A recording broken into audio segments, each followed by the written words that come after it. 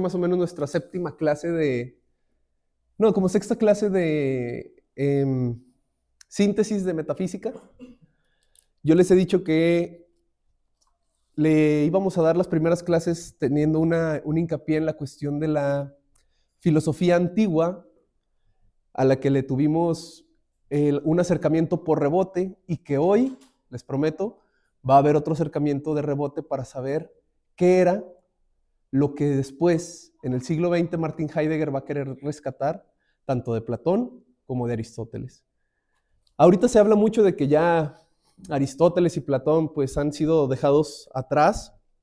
Es cierto, se han dejado atrás por muchas cosas, pero como toda filosofía, pues no puede dejar de pasarse por alto, ¿no?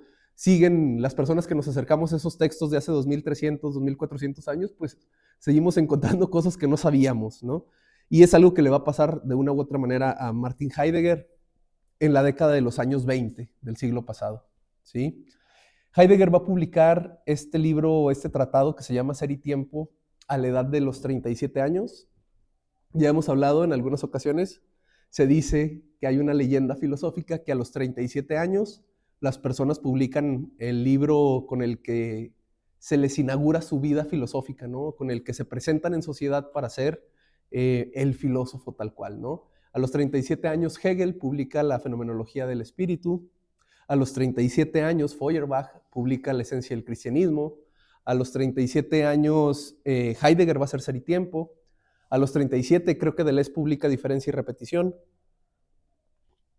Siempre hay como esa cuestión, ¿no? De los 37 años, 37, 38 años. Heidegger le dio mucha tristeza que su madre fallece meses antes de ver la publicación y todo el revuelo que se hace Ser y Tiempo, y tiene su anécdota en que el primer ejemplar publicado va y se lo entierra junto a la tumba de la mamá, ¿no? Hace poco fue un panteón y muchas tumbas tenían un chingo de latas de chela y todo ahí en un lado, y la coca, ¿no? Bueno, pues a la señora Heidegger le tocó un libro, ¿no? En lugar de una lata. Heidegger siempre fue muy cercano a su familia, y Heidegger siempre va a tener, y tiene que ser visto siempre como desde un origen muy, muy rural. Mucha gente no entiende el por qué Heidegger termina en un misticismo muy, muy profundo en el sentido del sorprendernos de la naturaleza, y no se entiende muchas veces si eres una persona como de ciudad. Y Heidegger lo decía, ¿no? Si algo que él criticaba mucho era la actitud de la ciudad, y la actitud de la ciudad siempre era una actitud positivista, una actitud cientificista, cuando él lo que quería hacer con su pensamiento era desmontar toda la maquinaria intelectual y conceptual que la modernidad nos había creado, poniendo por centro ¿a quién? Al sujeto y a la razón, ¿sí? Entonces Heidegger, viniendo de ese origen rural, de ese cuidar el campo, de ese cuidar el ganado, de esa sociedad siempre tan chica de su ciudad llamada Meßkirch, una ciudad de 700 habitantes, 600 habitantes, donde prácticamente todos se conocían, donde todos tenían una religión, donde todos eran una comunidad prácticamente, pues él siempre quiso hacer una filosofía de eso, ¿no? Una filosofía de la identidad comunitaria, una filosofía que revalorara la actitud primera de los seres humanos. Y la actitud primera del ser humano es simplemente maravillarse por la vida, por estar vivos, por estar en el tiempo. No era una maravillez o una maravillazación, ¿cómo podríamos decirlo? Un sorprenderse, un maravillarse, caray, se me fue la palabra, un maravillarse como se maravillan los científicos, queriendo predecir qué son las cosas, queriendo medir las cosas, queriendo relacionar las cosas, no. Este maravillarse era más un patos aristotélico. ¿Han escuchado la palabra patología? Sí, es la manera en la que le decimos nosotros como a las enfermedades. Pues esa palabra viene desde Aristóteles, y la patología es algo muy intrínseco a la vida de los seres humanos, que nosotros nos dejamos afectar por el ambiente. ¿sí? Y no hay mayor afectación, no hay mayor afectación que cambie nuestra vida que el maravillarnos de lo que nos está confrontando, ¿sí? Por eso para Heidegger fue impresionantemente disruptiva la fenomenología de Husserl. Entenderse como ese cuerpo viviente que está siendo confrontado.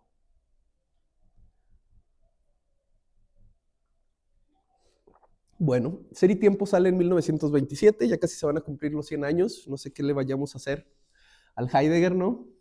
Su cienareña, no sé cómo se diga. Y Ser y Tiempo va a empezar con una de las frases más obscuras de la historia de la filosofía. Y esta frase, ahorita se las leo, les pongo aquí en el pintarrón donde la puedan hallar. Es una frase del sofista. ¿Quién escribió el sofista? Platón, muy bien. Es la 244.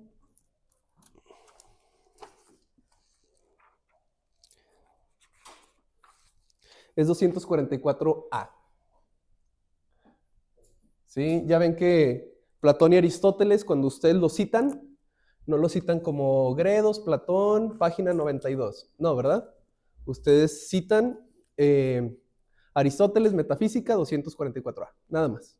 ¿Sí? Ya cualquiera que vaya a la edición que quiera, pues si es una edición seria, viene numerada, ¿no?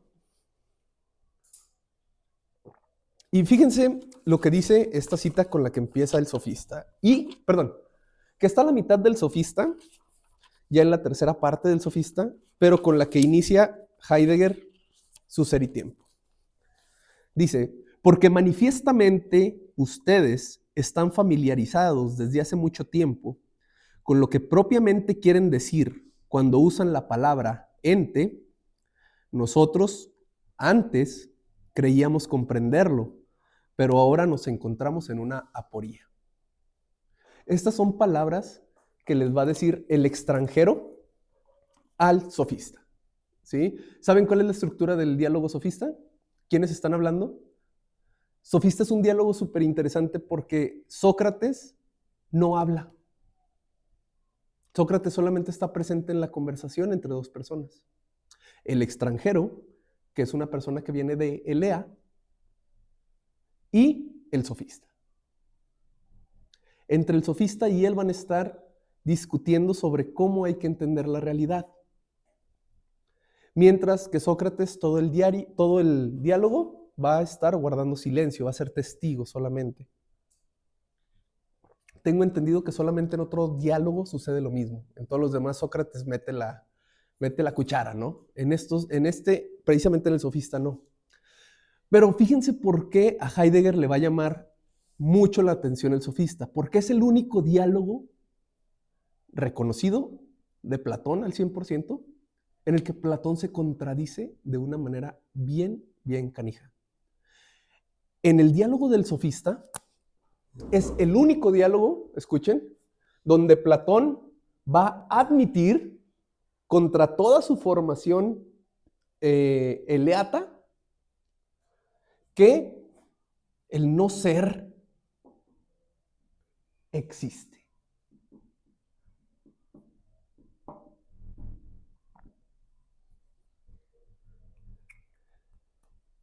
Platón de joven, no sé si ustedes lo sabían, Platón de joven tuvo mucho acercamiento a la escuela de Heráclito, pero te estamos hablando de un Platón que tenía 16, 17 años, ¿sí?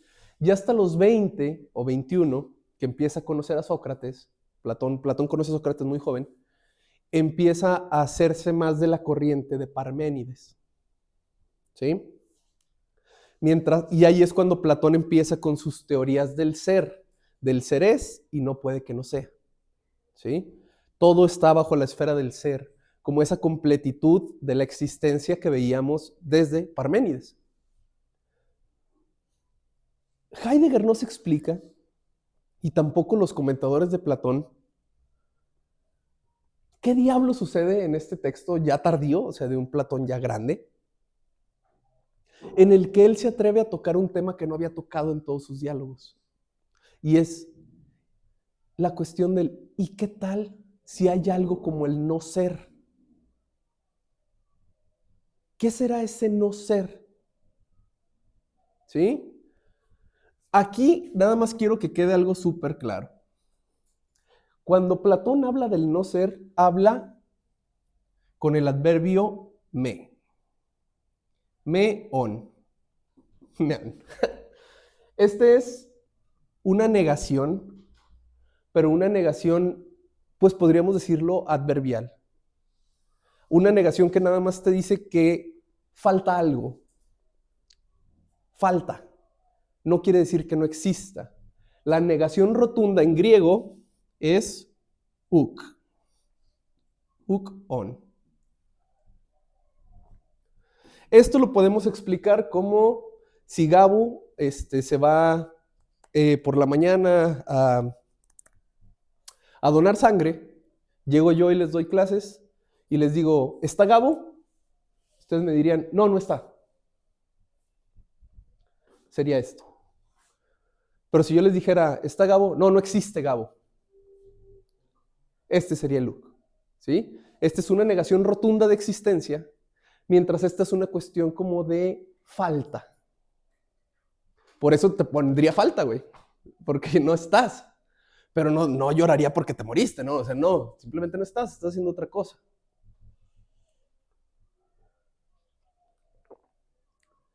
Y esto va a ser súper problemático para Heidegger después de Ser y Tiempo. ¿Cómo podemos entender en el lenguaje actual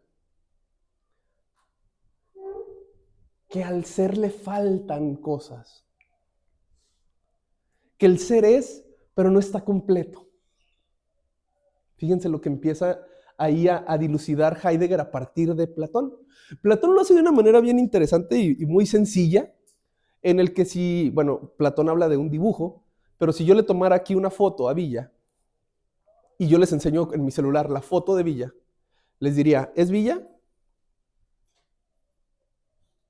¿Es Villa? ¿Es Villa o es una foto de Villa? Ok, ¿quién es Villa? Y si te enseño una foto, ¿es Villa o no es Villa?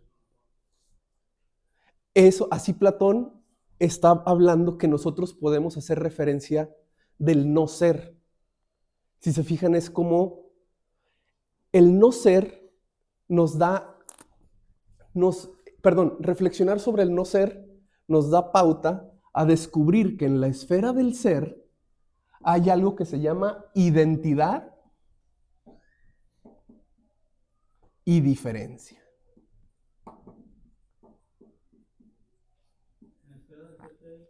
Hay identidad y diferencia, no pura identidad. Si vamos siguiendo el argumento, antes de que Platón pensara el no ser, para Platón todo tenía una identidad en el reino de las ideas.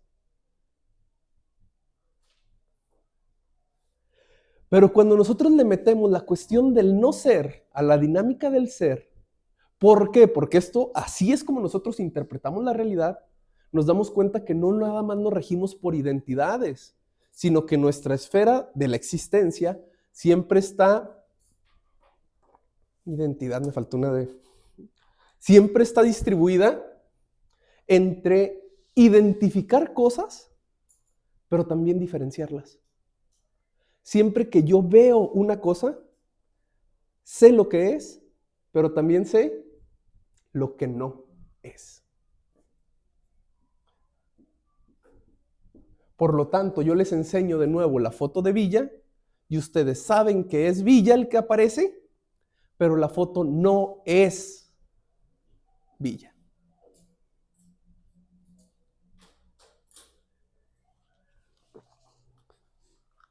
¿Por qué este texto le va a encantar a Heidegger y va a ser el que le va a volar la cabeza? Porque realmente esto es algo muy, muy fenomenológico.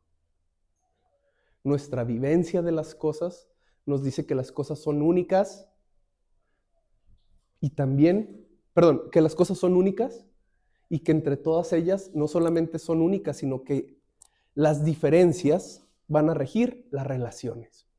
Eso suena todavía muy avanzado, todavía no te creo, Miguel. Denme unos 10 minutos y van a ver qué más o menos van a hacer. Entonces, nosotros aquí vamos a entender ahora una nueva concepción del ser. Esta nueva concepción del ser no solamente es identitaria, sino también va a apelar a la diferencia. Aquí les voy a hacer un paréntesis, no lo apunten, simplemente quiero que quede ahí como conocimiento al aire, que después ustedes vayan a ponerle orden. A la época de Ser y Tiempo, Heidegger no distingue entre metafísica y ontología. Eso sí hay que dejarlo muy claro. En Ser y Tiempo, Heidegger todavía no distingue cuál es una y cuál es la otra. Al final de Ser y Tiempo ya sería la continuación que se llama Los problemas fundamentales de la fenomenología. Es otro libro que sale meses después de este. Ya Heidegger va a optar más por la cuestión de ontología, ¿sí? Pero hay 3 momentos en el pensamiento de Heidegger para referirse a las teorías de la realidad. El primero, que es desde su primer escrito del 16 o del 17 hasta el 27, que es este, él no hace diferencia entre metafísica y ontología, ¿sí? Todavía está hablando de teorías de la totalidad, de lo real. Tal vez ahorita con sus ciertas rasgos distintos, pero hasta ahorita podríamos decir que es la cuestión de cómo hacemos una teoría de la realidad, ¿sí? Después, Heidegger ya va a usar por completo la palabra ontología como el estudio teórico del estar en el mundo. Mientras que él, en su segunda etapa, ya va a entender a la metafísica como el enemigo a vencer, como el pensamiento del fundamento, ¿sí? Los pensamientos fundamentales. Ahorita les voy a dar los ejemplos de eso. Y al último, ya cuando Heidegger está hablando de los años 50, casi 60, ya ni siquiera usa la palabra ontología. Él, por ontología, va a entender nada más diferencia. Siempre que después de los textos de los 50 de Heidegger ustedes vean la palabra diferencia, pónganle entre paréntesis, ontología. ¿Sí? Porque también va a decir que la ontología se vuelve una teoría rígida de no sé qué cosas. Bueno, ahorita eso no nos interesa. Vamos a ver cómo se hizo Ser y Tiempo y cuáles son los intereses. ¿Sí? Bueno, Heidegger dice, bueno, aquí ya yo sí le creo totalmente a Platón porque hasta la misma fenomenología me demuestra que está en sintonía con eso, que al ser le faltan cosas, que el ser, fíjense, ahí les va el pedo en el que está aquí Heidegger metido, que solamente se puede leer desde la fenomenología, ¿eh? Este no ser no es algo negativo. El no ser no es algo negativo. Como no es negativo que Gabriel haya ido a donar sangre y no esté en la clase. No es negativo. Lo que quiere decir el no ser, ahí les va, por favor, quiero que apunten bien esto, es que la realidad nunca se me da toda.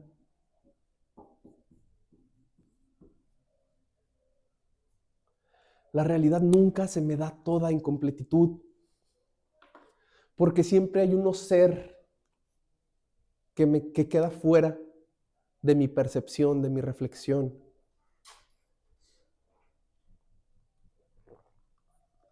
Y ese no ser siempre resulta más inabarcable. Siempre resulta más inabarcable que la identidad misma, ¿sí? Porque yo estoy viendo a Víctor y sé que es Víctor, pero con ver a Víctor sé que no es alguien más. Oigan, pero ese alguien más son 8,000 millones de personas que no son Víctor. ¿Sí lo ves, Magallanes? El no ser que Víctor carga es totalmente inabarcable para mí. La identidad, la forma, es lo más accesible, diría Heidegger. Pues sí lo estoy viendo, lo reconozco, pero no estoy viendo todo lo que no es Víctor. Por lo tanto, jamás, jamás voy a agotar la experiencia del mundo. Jamás puedo agotar la experiencia del mundo ni del ser, porque ya me di cuenta que es mucho más profundo el no ser que lo que es. Y tan empezamos, ¿eh?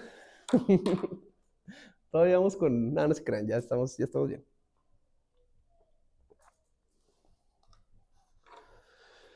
¿Qué entendía, antes ya de abrir la primera página de Ser y Tiempo, qué entendía Platón por el ser? ¿Alguien sabe cuál es la idea que da sentido a las demás ideas en Platón?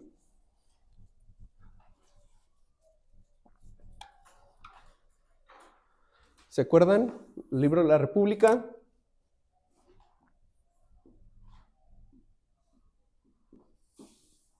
¿Cuál era la idea que daba, la idea entre las ideas? La idea del bien. ¿Puedes por favor usar el micrófono, por favor? La idea del bien, profe. La idea del bien. ¿Que te acuerdas más o menos de qué se trataba? Que era la idea suprema que estaba en el mundo de las ideas y de la cual subsistían las demás ideas más particulares. Por supuesto, muchísimas gracias. La idea del bien no era en sí una idea. La idea del bien era como la luz que nos dejaba entender la identidad de las ideas. Entonces, si nosotros queremos buscar en Platón qué es el ser, tenemos que identificarlo con la idea del bien, pero no, ojo, no como un ente. El bien no es un ente. El bien es el ente, la luz que permitía identificar lo idéntico. Y esto con lo idéntico, voy a forzar mucho una palabra en griego. La palabra griego forzada sería koinon. Koinon. ¿Han escuchado en la iglesia esa palabra? Koinonía, koinon. Pues es una palabra que significa como lo común, como la comunidad. ¿Sí? Entonces, la idea del bien o la cuestión de que nuestro intelecto está capacitado para entender que las cosas comparten una idea. Aquí estoy viendo seis mesas, 7. Aunque sean 7 mesas plurales, tienen una singularidad que es compartir la idea de mesa. ¿Sí? Pero es mi intelecto el que puede captar eso. Y la capacidad de entender ese ser de la idea es lo que yo llamo el bien. Después, recordando ahora que ustedes van a tener su examen final de filosofía para que puedan ya ser licenciados, ¿saben qué es después el ser para Aristóteles? Aristóteles lo va a definir en su libro de la Metafísica y ahí va a empezar un problemononón. Aristóteles nos va a decir que el ser es la realidad última del ente. Esa es pregunta que les van a hacer en cualquier lado, ¿eh? Realidad última del ente. Si a un ente le quitas su color, su tamaño, su sabor, su peso, su relación, su todo, lo único que te va a quedar es la existencia desnuda, el ser de esa cosa.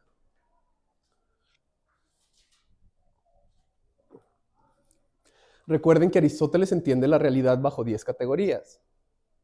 Cuando la categoría principal y más importante es la categoría de ¿qué? ¿Cómo, Jesús? La sustancia. Gracias, la substancia. Y la substancia está ligada a la esencia, ¿sí? Y la esencia es otra manera de decir el eidos platónico, ¿sí? Bueno, aquí va a estar el problemón. Con la realidad última. Heidegger es consciente de estas dos definiciones de ser, que son como las las que van a abrir toda la cancha, ¿no? Todo el problemón que tenemos de fondo. Dice Heidegger, lo chido de aquí de Aristóteles es que después él nos va a decir que el ser es análogo. ¿Se acuerdan cuando él diga que el ser se dice de muchas maneras? Está bien, ahorita lo voy a explicar mejor eso. Pero el problema es que eso lo estamos entendiendo ya nosotros después de muchos años.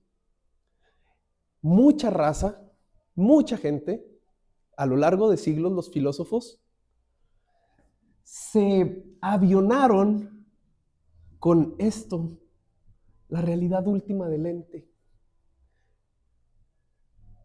Y Aristóteles jamás se dio cuenta que lo único que estaba, tal vez porque no era su intención, pero no se dio cuenta que lo que estaba inaugurando era una filosofía del fundamento. Ahora, a partir de Aristóteles, que entendió que la realidad última del ente es el ser, hay que buscar cuál es ese fundamento que subyace en todos los seres. Ese fundamento da origen, sentido y finalidad.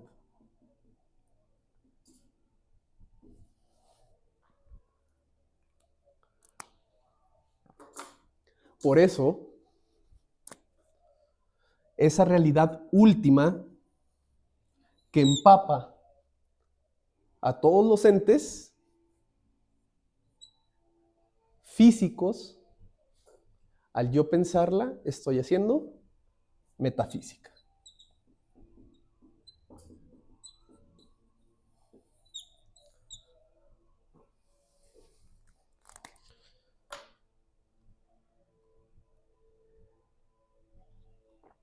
Ejemplos de fundamentos a lo largo de la historia. El primero, y probablemente muy conocido por ustedes, después de Aristóteles llega la cristianización. ¿Cuál es ahora el fundamento de toda la realidad? Dios. Llega la modernidad cartesiana y ahora el fundamento se vuelve el hombre, pero estrictamente él. La razón. ¿Quién razonaba? ¿Quién razonaba? El yo. El yo, exacto. Después con Descartes el fundamento de todo, ¿recuerdan? Es el yo. Desde el yo se entiende la materialidad, desde el yo se entiende Dios y desde yo me entiendo a mí mismo, ¿sí? Después de Descartes, viene Kant, podríamos decirlo, estoy reduciendo mucho la historia de la filosofía, viene Kant y ahora la manera de interpretar toda la realidad o todo el fundamento de la realidad que nos toca a nosotros como humanos, pues es el mismo yo, pero trascendental. ¿Qué significa trascendental? Que voy a la realidad con mis limitaciones y potencializaciones humanas. Después de este güey, sigue el que nos complicó la historia y la vida a todo el mundo, Hegel. Para Hegel, la forma de entender toda la realidad va a ser desde el espíritu, ¿verdad? Desde esa triparticidad del espíritu como objetivo, subjetivo y absoluto. Después de Hegel, Schelling nos va a decir que toda la realidad se entiende desde la problematización de la naturaleza. Extrañamente, Schelling también tiene un triple fundamento en la manera de entender el mundo. Ahorita no nos interesa y seguramente no nos va a interesar nunca, pero Schelling también nos va a decir que la manera de entender la realidad es de la naturaleza. Luego viene Schopenhauer, por ejemplo, que nos va a entender nos va a decir que cuál es el fundamento de toda la realidad. Schopenhauer, un poco más conocido, la voluntad. La voluntad que está debajo de toda representación. Después viene su, su amigote del alma, Nietzsche, y nos va a decir que cuál es el fundamento de la realidad. La voluntad. Exactamente, la voluntad, pero ahora de poder. Esta voluntad era la voluntad de los llorones, y lo dice así Nietzsche, ¿eh? La voluntad de los que nada más, después de darse cuenta que el mundo no tenía sentido, se contentaban con descubrir que el mundo no tenía sentido. Mientras que la voluntad de poder de Nietzsche, cuando descubría que nada tenía sentido, que todo nacía sobre el nihilismo, se esforzaba por crear nuevos valores. Por eso el superhombre, ¿no? Hasta aquí estaría una de las críticas, hasta aquí estarían los fundamentos que va identificando Heidegger a lo largo de la historia. Hasta muchas décadas después va a poner el último gran fundamento de la historia de la filosofía, que va a ser ahora sí la crítica directa a Husserl. ¿Sí? Va a decir que Husserl fue otro, de una u otra manera, otro metafísico, ¿no? Y con Husserl pues vendría a ser nuevamente pues el yo, ¿no? Otro yo, ese yo que es un cuerpo viviente. Extrañamente también se le llama un yo trascendental, ¿eh? Pero pues ya desde la clase pasada vimos cuáles eran las diferencias con Kant.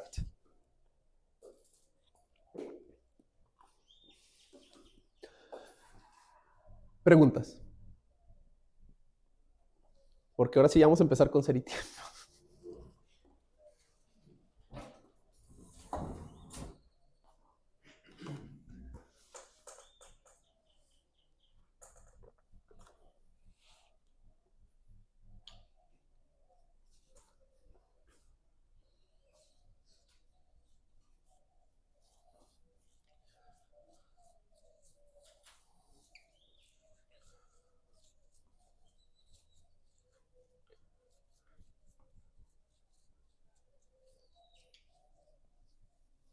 Gabo, ¿habías leído o sabías algo del sofista? La verdad no. ¿No? ¿Alguien ha leído algún diálogo de Platón así a su completitud de estudio? ¿Hipias? ¿De qué trata Hipias? Habla precisamente de la belleza. ¿Podrías pasarlo, por favor?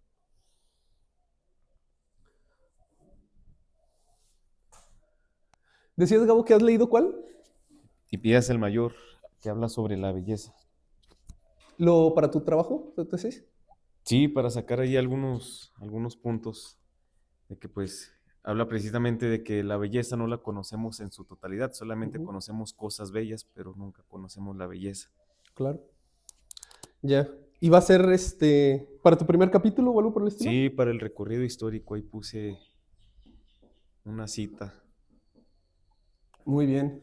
¿Tienes alguna duda de esto? ¿Algún comentario? Hasta ahorita no estamos asimilando todavía. Muy bien. ¿Puedo seguir? Ahora sí, página 1 y 2 de Ser y Tiempo. Heidegger dice, miren, ahorita, en 1920 y tantos, después de la Primera Guerra Mundial, yo sé que hay cosas más urgentes. Yo sé que hay cosas más urgentes que pensar. Sé que ahorita la matemática está teniendo ciertas crisis porque haz de cuenta que a Heidegger le toca ver cómo se crea el teorema de Gödel sobre cómo ni siquiera la matemática puede estar fundamentada. ¿Sí? A Heidegger le toca ver pues la gestación y divulgación de la teoría de la relatividad de Einstein, donde se destruye por completo los parámetros newtonianos a escalas pues galácticas, podríamos decirlo así, o a escalas, ¿cómo podríamos decirlo? De sistemas solares o de sistemas de estrellas. Y en toda esta convulsión científica, en toda esta convulsión cultural, ¿sí? No neguemos que Heidegger está en el sur de Alemania, pues viendo cómo los movimientos nacionalistas empiezan a tomar de nuevo fuerza, ¿no? Dice, yo sé que están pasando mil cosas, pero aún así quiero preguntar por qué durante tantos años se ha dado por supuesto el problema del ser. ¿No estará ahí el gran problema de toda la filosofía? Y que antes de que hagamos política, y que antes de que hagamos economía, y que antes de que hagamos lo que ustedes quieran, ¿no habría que preguntarnos cómo nos relacionamos con el ser? Dice Heidegger, y no me crean que soy un ingenuo, el ser no es una cosa. Por lo tanto, mi pregunta por el ser no va a ser por preguntar ¿qué es el ser? Dice, no, o sea, eso ya lo entiendo. Y ahorita les voy a decir cómo. Yo entonces quiero preguntar cómo se desenvuelve el ser. ¿Cómo se desenvuelve la existencia en su totalidad? Gracias a que yo puedo saber que las cosas son. Entonces dice Heidegger, ahí va mi primer postulado. Yo voy a preguntar, no por el ser, sino por el sentido del ser. Dice, ya a los filósofos les ha valido madre preguntar por el ser porque hay tres prejuicios, tres grandes prejuicios.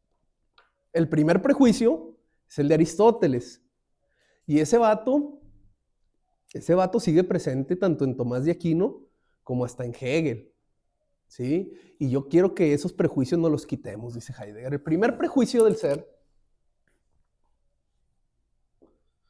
es que el ser es lo más universal.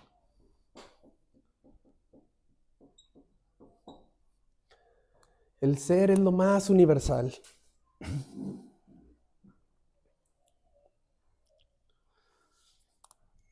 Dice Aristóteles en la Metafísica, nos dice también que el ser es el concepto más universal. Preguntando por el ser, estoy preguntando por toda la realidad. Dice Heidegger, ok, toda, pero toda en qué sentido, ¿no? Bueno, ustedes saben que que Aristóteles describe la vida y la materialidad, junto con los conceptos, desde cuestiones de género y especie. ¿Sí? La especie es como algo muy específico y el género engloba varias especies. Por ejemplo, el género animal, pues engloba cosas tan diversas como a un perro, como a mí, como una jirafa, como a un pingüino. Y el género animal, ¿se fijan cómo involucra muchas especies? Inclusive el género humano involucra, tal vez no especies, pero sí involucra ciertas particularidades que se dan en la especie. El género humano incluye hombres, mujeres, y gays, lesbianas, todo el espectro de personas que sean binarias o no binarias, todos se reducen al mismo género del género humano. ¿Sí? El género perro a todas las especies que hay de perros, a todas las razas que les llamamos, ¿sí? Las especies son como cosas particulares, mientras que el género es lo que incluye esas cosas particulares. Pero los géneros tienen la facultad de ser también especies y después más géneros y así para arriba, ¿no? Por ejemplo, nosotros pues nos podemos dividir entre animales, primero en seres vivos, después animales, después humanos, ¿sí? Y así nos podemos ir haciendo la taxonomía de la realidad. Bueno, Aristóteles decía que el ser era lo más universal, pero que no se entendiera jamás como el género de los géneros, ¿sí? El ser no era de donde provenía todo, de donde... No, para nada. Aristóteles decía que no hay un género que soporte a todos los demás. No hay. El ser era lo más universal solamente por analogía, ¿sí? No hay un género que lo soporte a todos. Ojo, por favor, pongan mucha atención a esto. No hay un género que lo soporte a todos, pero el ser une a todos los géneros. Por eso yo le puedo dar existencia desde una hoja de papel hasta un unicornio en mi cabeza, hasta una canción, hasta un libro, hasta un hijo, hasta quien yo quiera. Todo un aparato de la complejidad grandísima de géneros, subgéneros, especies, cae en la esfera del ser. Pero el ser no los contiene, el ser los une. Tomás de Aquino va a decir algo muy ligado a esto. Tomás va a decir que en la experiencia de los objetos, experimentamos no solamente al objeto, sino al ser. Por lo tanto, que este concepto sea universal, para Tomás de Aquino lo vuelve también inmediato. Nosotros estamos en una inmediata relación con el ser. Entonces, en este primer prejuicio, universalidad también se liga con inmediatez, porque está en todo el ser. No es todo, sino que está en todo el ser. Si se fijan cómo las palabras no bastan para poder explicar esto, ¿no? Hegel va a llegar con algo que aquí sí me gustaría detenerme un poquito, que Hegel en la ciencia de la lógica, esa ciencia de la lógica es su teoría de la ontología o la metafísica hegeliana está en la ciencia de la lógica, ¿sí? Porque recuerden que si la manera en la que ahora se vuelve el fundamento del mundo es el espíritu funciona bajo leyes lógicas. Entonces, sabiendo nosotros lógica, sabremos cómo funciona la realidad. Bueno, en la ciencia de la lógica, Hegel nos va a hablar que el ser, por favor, escuchen esto, es lo inmediatamente, ojo, inmediatamente indeterminado. Para Hegel, el ser es lo inmediatamente indeterminado. Para Hegel, vatos, nosotros nacemos, o nuestra experiencia del mundo es como la de la ingenuidad, que conforme vamos viviendo y experimentando el mundo, nosotros nos damos cuenta la capacidad que tenemos de ordenarlo. De niños, de bebés, no. Es hasta que nosotros vamos creciendo, leyendo, experimentando, percibiendo, apercibiendo, que nosotros nos damos cuenta que en realidad el orden del mundo lo pusimos nosotros. ¿Sí? Por eso cuando nacemos en algo indeterminado.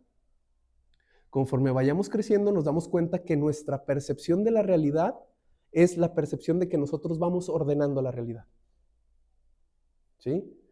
Tiene sentido en una cuestión como vivencial, de que pues mientras nosotros vamos creciendo más, pues nuestra vida se va volviendo un poco más ordenada, ¿no? Si predecimos, llegamos a predecir ciertas cosas, llegamos a tomar decisiones que estén de acuerdo con lo que queremos, escogemos ahora sí lo que queremos, antes no lo escogían, ahora nosotros lo escogemos, muchas cosas en las que nosotros nos vamos dando la formalidad del mundo, ¿sí?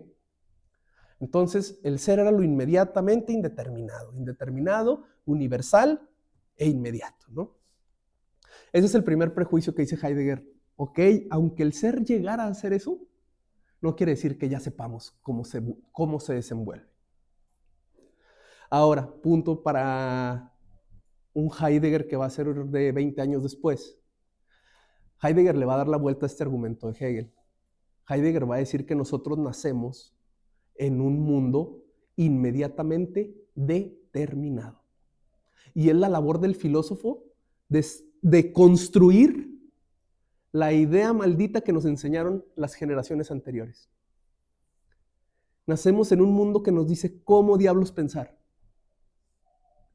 Y Hegel cometía el error de creer que nosotros íbamos transformando el mundo conforme creíamos y nada, el mundo nos transformaba más a nosotros, bajo las exigencias que el mundo tenía desde antes de que nosotros naciéramos. Heidegger va a decir, la labor de la filosofía es darnos cuenta que nacimos en un mundo estructuralizado o estructurado y tenemos que usar nuestra vida completa a desestructurarlo si realmente queremos ser auténticos. Para que no se repita la vida de mis padres, la vida de mis abuelos, la vida de mis bisabuelos, la vida de los mexicanos, como llegan así a decir, ¿no? Y eso es por medio de la filosofía. Eso no está en Ser y Tiempo, ¿ok? El segundo prejuicio del ser,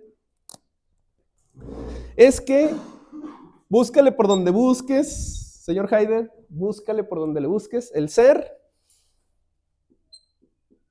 es indefinible. El ser es indefinible, así que ni le busques. Heidegger va a decir, eso es totalmente cierto. El ser es indefinible. Lo único que es definible son los entes, las cosas. Pero el ser no es.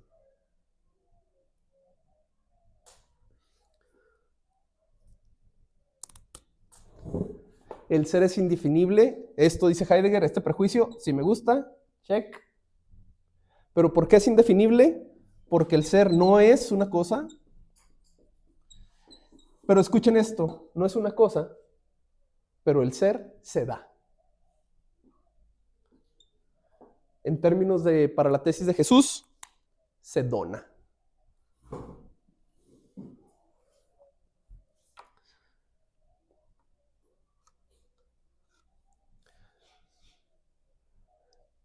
Tercero y último de los prejuicios.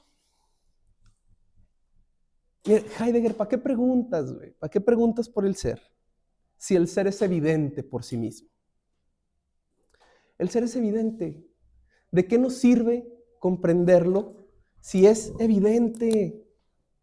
Tercero, ser es evidente. Es tan evidente que lo usamos en todas las expresiones de nuestra vida, ¿sí? Pero también lo usamos de maneras muy variadas. Y cuando le preguntas a un adulto qué es el ser, o por qué esa palabra nos sirve para todo, o por qué esa palabra se esconde a veces en nuestro lenguaje, ese adulto te puede decir, me estoy preguntando mamadas. Pues esa respuesta es porque realmente creemos comprender las cosas cuando en realidad siguen estando muy ocultas, ¿no? El ser es tan evidente que ustedes en cualquier oración lo están usando, ¿sí? El cielo es azul.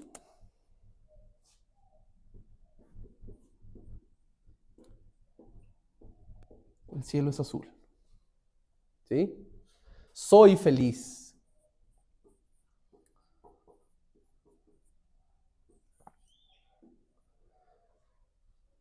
¿En qué sentido se está usando ahí el ser? El ser se nos oculta cuando les digo la pared es blanca, tiene el mismo sentido que decir la pared blanca. No cambia nada, la pared es blanca, la pared blanca. Dice Heidegger, esto es lo que realmente debería despertar nuestra curiosidad filosófica, que la palabra más sagrada no la entendemos. No entendemos la palabra más sagrada. Y si Aristóteles nos dijo que somos animales de palabra, de lenguaje, y no conocemos qué diablos significa el ser, pues no hemos llegado ni siquiera a comprender la esencia del ser humano. Un argumentote que se avienta ahí, ¿eh? ¿Lo entendieron o lo repito? En esta comprensión de creer que el ser es evidente, no nos ponemos a reflexionar qué diablo significa la palabra o el verbo ser. No sabemos a ciencia cierta, digamos, no sabemos a cabalidad qué es el ser, pero lo usamos para todo nuestro lenguaje y todo nuestro lenguaje está basado en esa palabra que de fondo no sabemos cuál es. Y Heidegger nos menciona, si le creemos a Aristóteles, que somos el animal con lenguaje, el son, logos, ejón, ¿sí? El animal con logos, somos el animal con lenguaje, pero no nos hemos parado a pensar cuál es la palabra que le da sustento a todo, que es el ser, pues no hemos llegado a saber qué somos en realidad, porque no hemos profundizado lo que realmente nos vuelve humanos.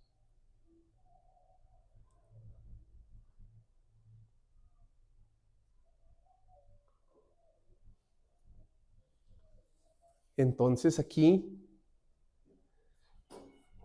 vamos a empezar con lo último de la clase.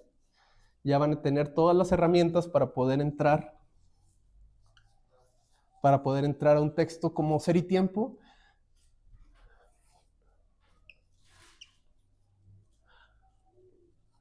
Que es, antes de preguntar por el ser,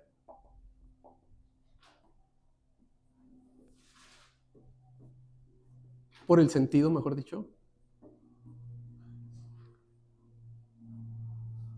el prejuicio 3 nos enseñó que no entendemos de entrada ni lo que es el ser. Entonces, vamos a dar un pasito atrás. ¿Quién diablos está preguntando?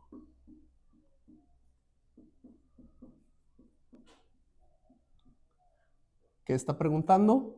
Por el sentido del ser. ¿Quién es el que está preguntando de entrada? Y si voy a preguntar por el ser, como la búsqueda de entender la palabra más fundamental de lo que me constituye como humano, no está preguntando ni un chichimeca, no está preguntando ni un alemán, no está preguntando ni un francés, no está preguntando ni un mexa, no está preguntando ni un chino, ni un matamorense. Está preguntando un ser humano. ¿Sí? Entonces, esta es una pregunta de valencia universal. ¿Sí? Pero si nuevamente yo entiendo que que soy un animal con lenguaje y que el sustento del lenguaje, lo que me constituye como hombre, como mujer, como humano, es la palabra ser, no tengo ningún problema si me defino como un ser ahí.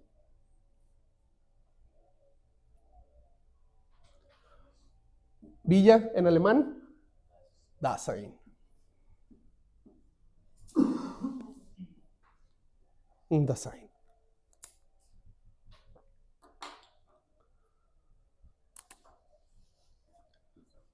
Muy importante esto. Pero no solamente soy un ser humano. Tal vez pueda ser una pregunta universal, lo entiendo. Pero esta pregunta nace desde un contexto específico, contexto y tiempo específico.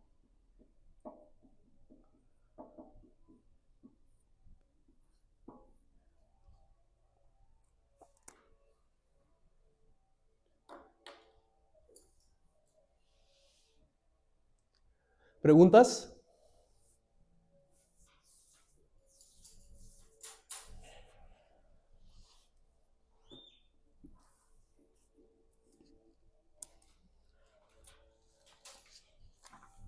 Ya vamos a terminar, no se preocupen. Quería una clase de 40 minutos, no sé cuánto vaya. No sé si alcancen a ver. ¿En 8 horas? Bueno.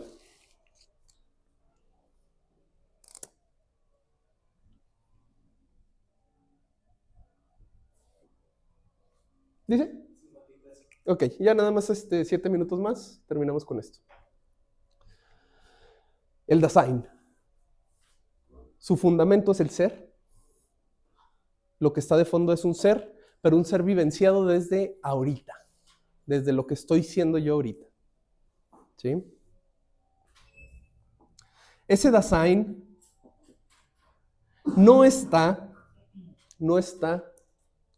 recluido en una cárcel.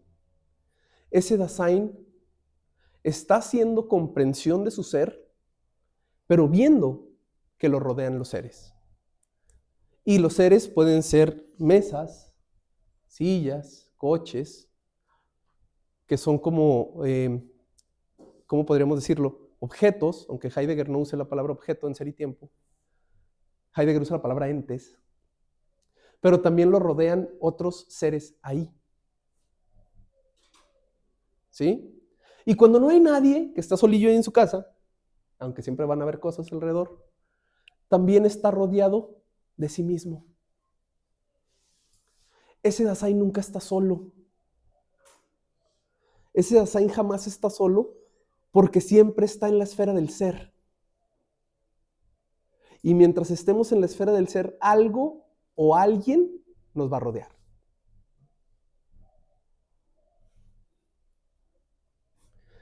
Ese Dasein está rodeado de cosas, humanos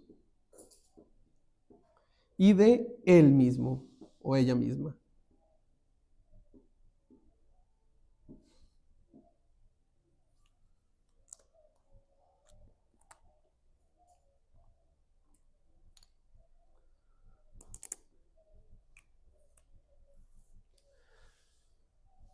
Esta tripartita experiencia de la realidad se llama, ¿alguien recuerda? Estar en el mundo. O in the Welt sein. ¿Sí?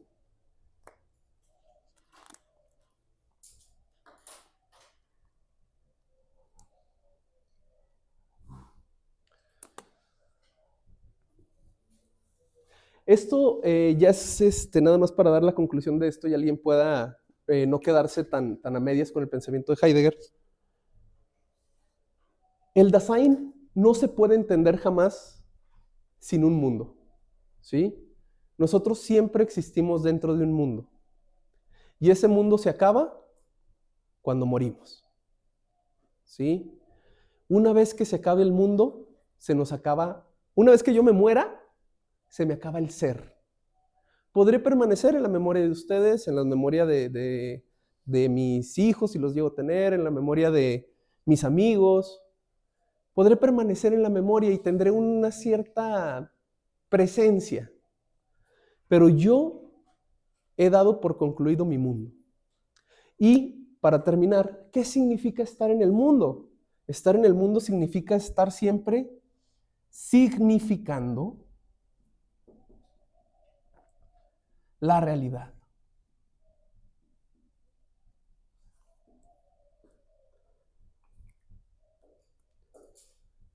Estar en el mundo significa que las cosas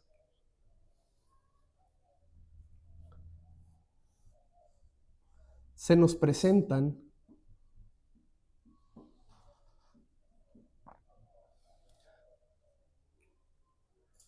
de una o de otra manera neutras.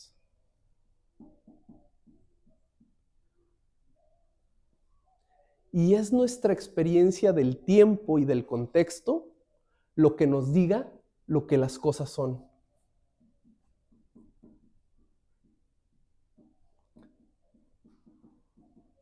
Tiempo y contexto rigen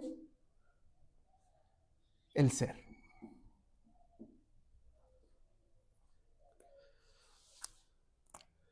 Ejemplos que ya hemos explicado mucho. Gabo, ¿un familiar que quieras mucho y que ya no esté?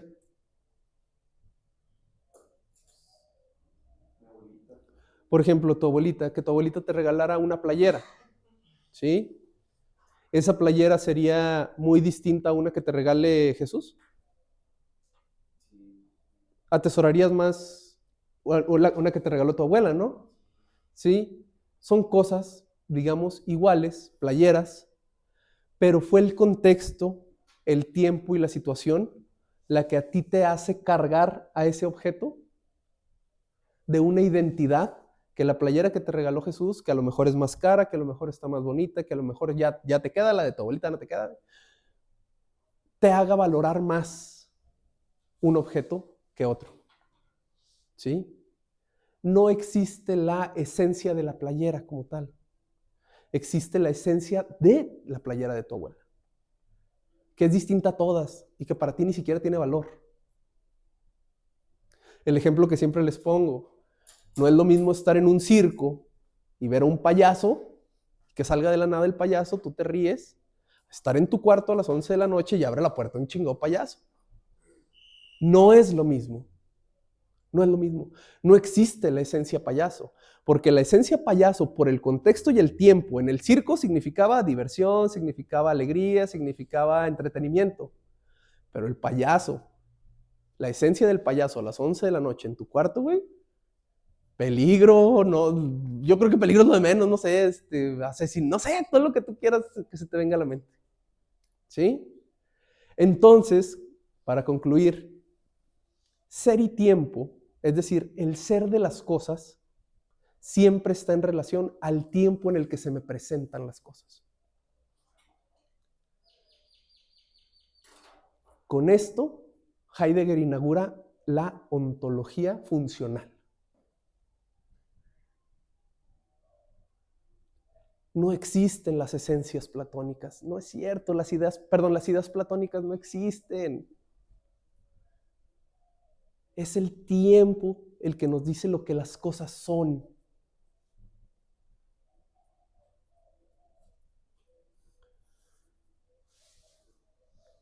Incluso en el mundo de los humanos, cuando ustedes tenían una novia, esa novia en ese momento significaba para ustedes algo que ahora que, no sé, ya tienen, no sé, 1, 2, 3, 4 años que no andan con ella, ahora significa otra cosa. Y si no, pues hay que ir a terapia, ¿verdad?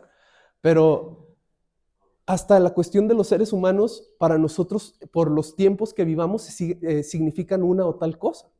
¿Sí? Claro que hay en mismo ser y tiempo, Heidegger es muy claro, que el mundo compartido con los Daseins jamás debe ver al otro Dasein como útil. Jamás. Jamás como útil. ¿Sí? Y lo mismo pasa con el mundo personal. Ustedes mismos se hablan distinto dependiendo de los días, dependiendo de los horarios, dependiendo de sus emociones. ¿Sí? Y ahí le dejamos pues a esta clase de Heidegger.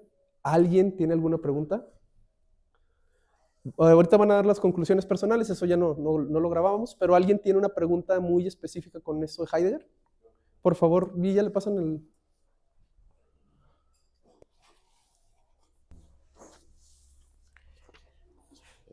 Ahorita cuando se planteaba la cuestión de que el Dasein jamás está solo, porque siempre está rodeado ya sea de cosas, de humanos o de él mismo. Claro. Entonces con esto se cierra cualquier posibilidad de que en cualquier momento el Dasein sienta soledad. Soledad como tal, soledad como tal sería imposible de entenderla como el quedarse en la nada, por ejemplo. Una cosa es el sentimiento de soledad y otra la vivencia de soledad. La vivencia de soledad, pues en realidad tú nunca estás solo, ni de ti mismo, pero emocionalmente sí te sientes solo. ¿Sí? Y eso es una parte muy importante del mundo para ti. En tu mundo propio, a veces te sientes, que recuerden que a Heidegger le va a dar en algún momento le va a dar mucho enfoque a los estados de ánimo. Te sientes solo, pero solo nunca estás, o sea, realmente nunca estás. ¿Sí? No hay esa pérdida total de la conciencia. ¿Sí?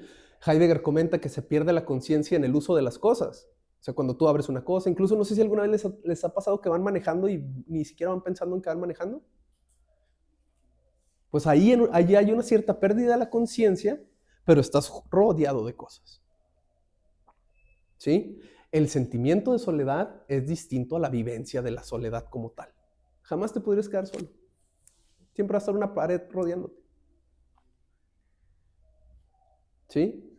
Sin embargo, no podemos negar que la vivencia del sentimiento de soledad sí podría modificar tu comportamiento posterior después de esa vivencia. ¿Sí? Es algo que podríamos llamar como la angustia en algún momento.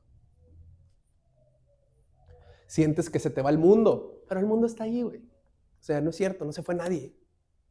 ¿Sí? Se te fue para ti, en tu vivencia. En realidad no se fue nadie. ¿Sí? Esa pregunta es muy interesante porque hay mucho interés en ligar cuestiones como de la soledad a la ontología heideggeriana. Hay que ponerle límites de a qué soledad se habla. ¿Sí? Esa pregunta es muy, muy válida en este sentido. ¿Alguien más?